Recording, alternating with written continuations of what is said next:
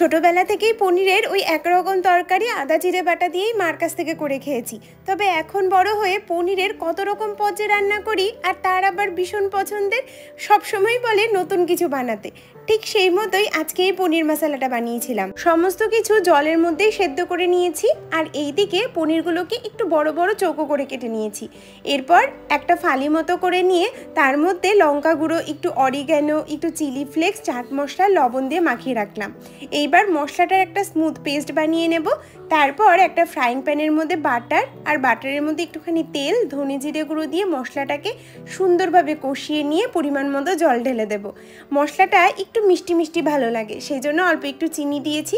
গ্রেভিটা ফুটে উঠলে তেল ছাড়লে উপর থেকে ধনেপাতা কুচি আর বাটার দিয়ে নামাবো।